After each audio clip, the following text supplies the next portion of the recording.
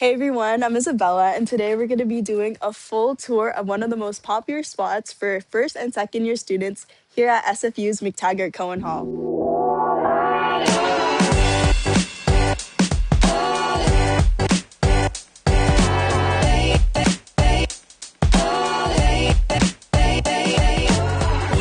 So this is the main entrance. McTaggart has been recently renovated, so every single room here is private, meaning no roommates. It's a perfect balance of having your own space while also being surrounded by other students.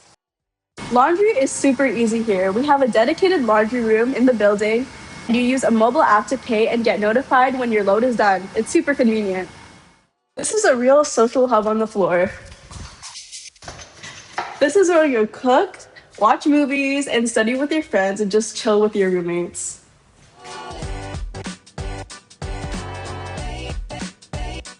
Washrooms are shared spaces and they're cleaned regularly. Every washroom is communal, complete with a sink, a shower, and washroom stalls.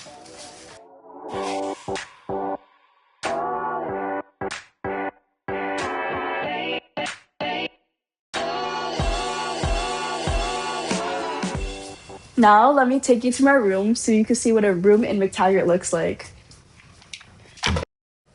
As you can see, it's totally yours. You get your own desk for those late night study sessions. You get a comfy bed, a bookshelf, and a closet. The best part, you get to decorate it exactly how you want. This is your personal haven on campus. They're all single occupancy, which is awesome for privacy. SFU housing has accessible rooms, so it's best to check the website to find out which building might be suitable for you. At SFU Residence, it's all about making sure everyone has a place that feels like home.